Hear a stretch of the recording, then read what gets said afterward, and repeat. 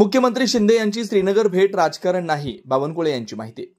राज्याचे महसूल मंत्री चंद्रशेखर बावनकुळे यांनी स्पष्ट केलं की उपमुख्यमंत्री एकनाथ शिंदे यांची श्रीनगर भेट ही पूर्णतः प्रशासनीय होती आणि त्यात कोणतेही राजकारण नाही। त्या पर्यटनस्थळी अडकलेल्या नागरिकांची भेट घेण्यासाठी गेले होते। त्यांच्यासोबत आपत्ती व्यवस्थापन मंत्री गिरीश महाजनही उपस्थित होते। सध्या राज्यातील 3000 ते 4000 पर्यटक सुखरूप परत आणण्याचे काम सुरू आहे। घरकुल योजनेचा आढावा घेत बावनकुळे यांनी सांगितलं की प्रधानमंत्री आवास योजनेतून स्वस्त घर मिळणार आहेत। नागपूर जिल्ह्यात 5500 घरं तयार असून लवकरच त्यांचं वाटप होणार आहे। कामठी, भेलगाव आणि खैरी परिसरात 7500 घरं उभारण्यात येणार आहेत। झोपडपट्टी धारकांची यादी तयार केली जात असून त्यांनाही घरं देण्याची योजना आहे। पुढील 2 वर्षात राज्यात 30 लाख घरे बांधण्याचा सरकारचा मानस आहे। राज्यातील पाणी टंचाईबाबत सरकार गंभीर आहे। मुख्यमंत्री शिंदे यांनी कॅबिनेटच्या पहिल्या विषयामध्ये पाणी टंचाईचा समावेश करण्याचे निर्देश दिलेत। विशेषतः नागपूर, अमरावती आणि काटोल, नरखेड परिसरावर लक्ष केंद्रित केले जाणार आहे। बावनकुळे यांनी सांगितलं की सध्याची परिस्थिती श्रेयवाद किंवा राजकारण करण्याची नाही। मोदीजींनी सर्व पक्षांना एकत्र येण्याचं आवाहन केलंय। देशाला मजबूत करण्याची ही वेळ आहे असंही ते म्हणालेत। राहुल गांधी यांचा पहलगाम दौरा देखील त्यांनी सकारात्मक मांडला। पाकिस्तानी नागरिकांच्या पाठवणीवर राज्य सरकारचा पाठिंबा आहे। केंद्र सरकारच्या निर्णयाला राज्य सरकारचा पूर्ण पाठिंबा आहे। देशाच्या अखंडतेसाठी मोदी सरकारचा निर्णय महत्त्वाचा आहे असं बावनकुळे यांनी सांगितलंय। हा आम्ही करतो आहे, स्वस्तात घरं मिळणार आहेत। प्रधानमंत्री आवास योजनेच्या माध्यमातून आम्ही योजना करतो आहे।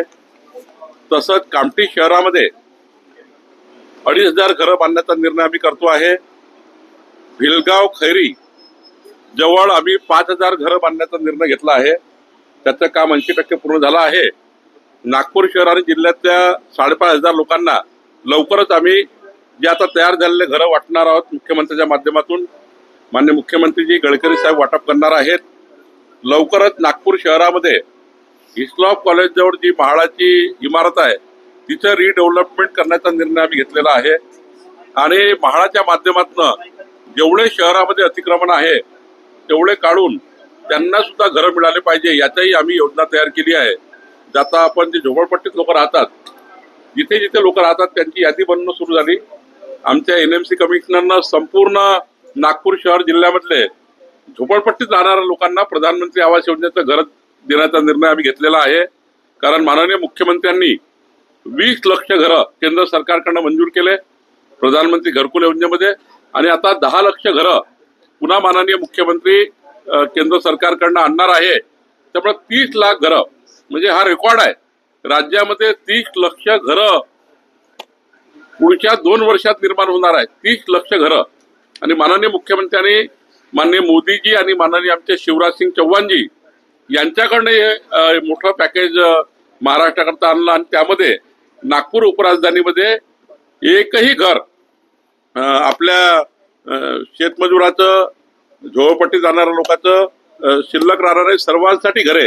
सर्वांसाठी घरे या योजनेमध्ये आम्ही घरं वाटप करतोय। सर, विरोधकांकडून आरोप होत आहे की महायुतीमध्ये श्रेयवादाची लढाई होते, जी पहलगाववरनं लोक आणतात आहे।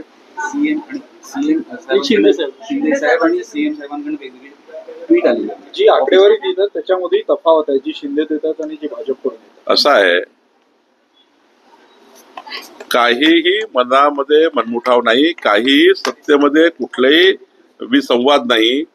माननीय एकनाथ शिंदेजींनी जम्मू काश्मीर श्रीनगरला जाऊन त्या ठिकाणी पर्यटकाची भेट घेणे हे काही राजकारण नाही आहे आणि गिरीश महाजनला पाठवण्याचे काही राजकारण नाही। ते आपत्ती व्यवस्थापन मंत्री आहे राज्य सरकार।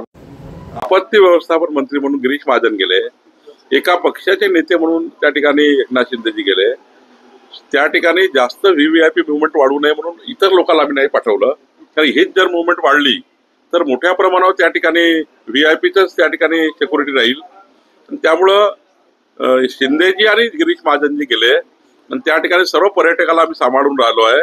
महाराष्ट्राचे सर्व जवळपास 3000-4000च्या वर पर्यटक त्या ठिकाणी आहेत महाराष्ट्राचे, त्यांना त्या ठिकाणी सुखरूप घरी आणण्याची आमची योजना आहे। यामध्ये कोणतंही राजकारण, हे काही श्रेयवाद नाही आहे। या ठिकाणी ही घटना काही श्रेयवादाची नाही आहे। देशाचं फार मोठं नुकसान झालं आहे, देशाचं फार मोठं नुकसान झालेलं आहे। हे नुकसान फार मोठं आहे आणि यामध्ये जो कोणी राजकारण करत असेल त्यांचं राजकारण त्याला लकलाभ आहे।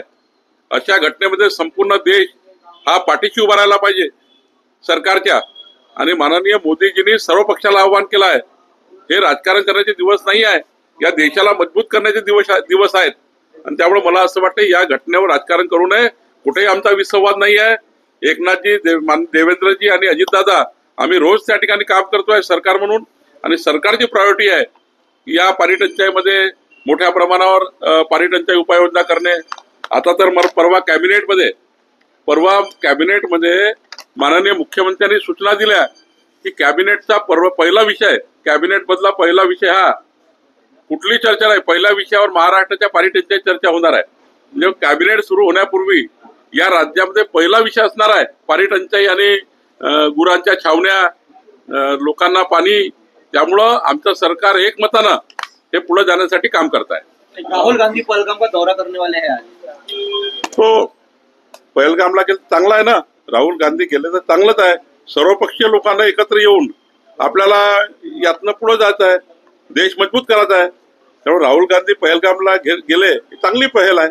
पाकिस्तानमधले अनेक निर्वासित हे महाराष्ट्रात राहतात. नागपूरमध्ये देखील 2200 जास्त लोक आहेत. त्यामुळे त्यांना परत पाठवण्याचे आदेश विदेश मंत्रालयाने दिला. तर यावर राज्य सरकार काय भूमिका आहे? नाही, राज्य सरकार केंद्र सरकारच्या भूमिकेशी सहमत आहे. आमच्या केंद्र सरकारने, माननीय मोदीजींनी जो निर्णय घेतला तो देशाकरता महत्वाचा आहे, या देशाला अखंड ठेवण्याकरता महत्वाचा आहे. जे प्रधानमंत्री निर्णय घेतात त्या निर्णयाचं पालन करणे राज्य सरकारची जबाबदारी आहे. राज्यात कुठलेही सरकार असतील त्यांची जबाबदारी आहे. महाराष्ट्राचं आमचं सरकार आहे. त्यामुळे माननीय मोदीजींनी केंद्र सरकारने घेतलेल्या निर्णयाचं तंतोतंत पालन करणे हे आमची जबाबदारी आहे, ते आम्ही करू. नागपूरमध्ये पाण्याची काय स्थिती आहे? असं म्हटलं जातं की जुलैपर्यंत पुरेल इतकंच पाणीसाठा, पाऊस विलंब झाला तर पाणी अनिवार्य होऊ शकतं. आता तर नागपूर जिल्ह्यामध्ये साठे पूर्ण आहे, म्हणजे पूर्ण पाणी पुरेल एवढा साठा आहे. फक्त डिस्ट्रीब्युशन कसं करता येईल हा महत्वाचा प्रश्न आहे. काही ठिकाणी पाईपलाईन फुटलेल्या आहे, काही ठिकाणी त्या ठिकाणी थोडा प्रश्न निर्माण झाला. फक्त काटोल नरखेड भागामध्ये 800 फूट पाणी खाली गेलेलं आहे. त्या ठिकाणी डार्क झोन तयार झाला आहे. मी आता कलेक्टरकडे याकरता आलो आहे, पाणी टंचाईच्या निर्मूलन करण्याकरता काय उपाययोजना करता येईल. आमचा आराखडा 4 तयार झालेले आहेत, 1, 2, 3, 4. उद्या सकाळी मी NMC मध्ये असणार आहे सकाळी 10 वाजता. त्यामुळे नागपूर शहर जिल्हा, अमरावती शहर जिल्हा येथील पाणी टंचाई बद्दल संपूर्ण जबाबदारी पालकमंत्री म्हणून माझी आहे आणि मी त्याकरता काम करणार आहे.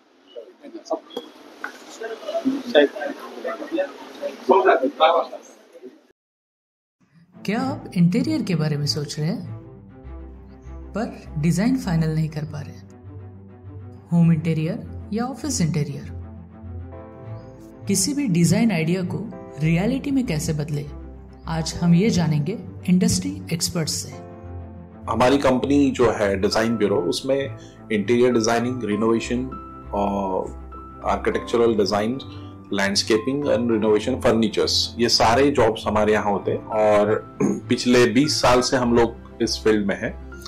और इसमें 2 से 3 कैटेगरी आप इसको डिवाइड कर सकते हैं, जिसमें कि हम रेसिडेंशियल बोलते हैं, कमर्शियल बोलते हैं और रिनोवेशंस बोल सकते हैं. बेसिकली क्लाइंट्स की नीड्स को अंडरस्टैंड करना, सो नीड बेस्ड एनालिसिस हमारे यहाँ होता है. सो क्लाइंट्स के लिए हम लोग परफेक्ट इसलिए हो जाते हैं, या हम उनके लिए दोबारा, या किसी क्लाइंट्स के लिए हम चौथी बार काम कर रहे हैं because of their confidence with us, कि वो हमारे ऊपर रिलाय करते हैं. हम लोग अमित को पहले से ही जानते थे, तो उनको हमने बुला के उनको जो स्ट्रक्चर है, यहाँ पे ब्रिक्स वर्क चल रहा था तभी से उनको कांटेक्ट किया, उन्हीं को जगह दिखाई, उनको स्पेस डिजाइन करने के हिसाब से कांटेक्ट किया. उन्होंने डिजाइन बना के दिया काफी अच्छा. जो भी उसमें जो भी चेंजेस थे उनको वर्कआउट किया हमने. जब जो मटेरियल लेना था वो साथ में हमारे आए, सिलेक्शन के लिए आए. वो जो भी सारा सिलेक्शन उन्होंने काफी अच्छे से करवाया. जो भी उसके बाद में जो एक्सपेक्ट था उससे ज्यादा बेटर ऑफिस उन्होंने बनवाया. बजट अगर आपका लिमिटेड है तो लिमिटेड बजट में भी आप एक अच्छा इंटीरियर कर सकते हैं, ये हमारा विश्वास है. और हमारे क्लाइंट्स के लिए हम वही दे रहे हैं और उसी से हमारा क्लाइंटल बड़ा है. हर क्लाइंट की एक अलग स्टोरी होती है, उनका एक अलग रिक्वायरमेंट्स होता है. कई बार ये सारा मिस आउट हो जाता है. हम अपने डिजाइन उन पे लाते हैं, वो नहीं होना चाहिए. उनको क्या चाहिए वो हम डिलीवर कर सकते हैं, बस वो उनके बारे में हमको समझना पड़ेगा. तो हमारे इसमें हम एक ही बोलते हैं कि ड्रीम कम्स ट्रू. आप ड्रीम देख रहे हो, हम उनको फुलफिल करेंगे, वो हमारी रिस्पॉन्सिबिलिटी है.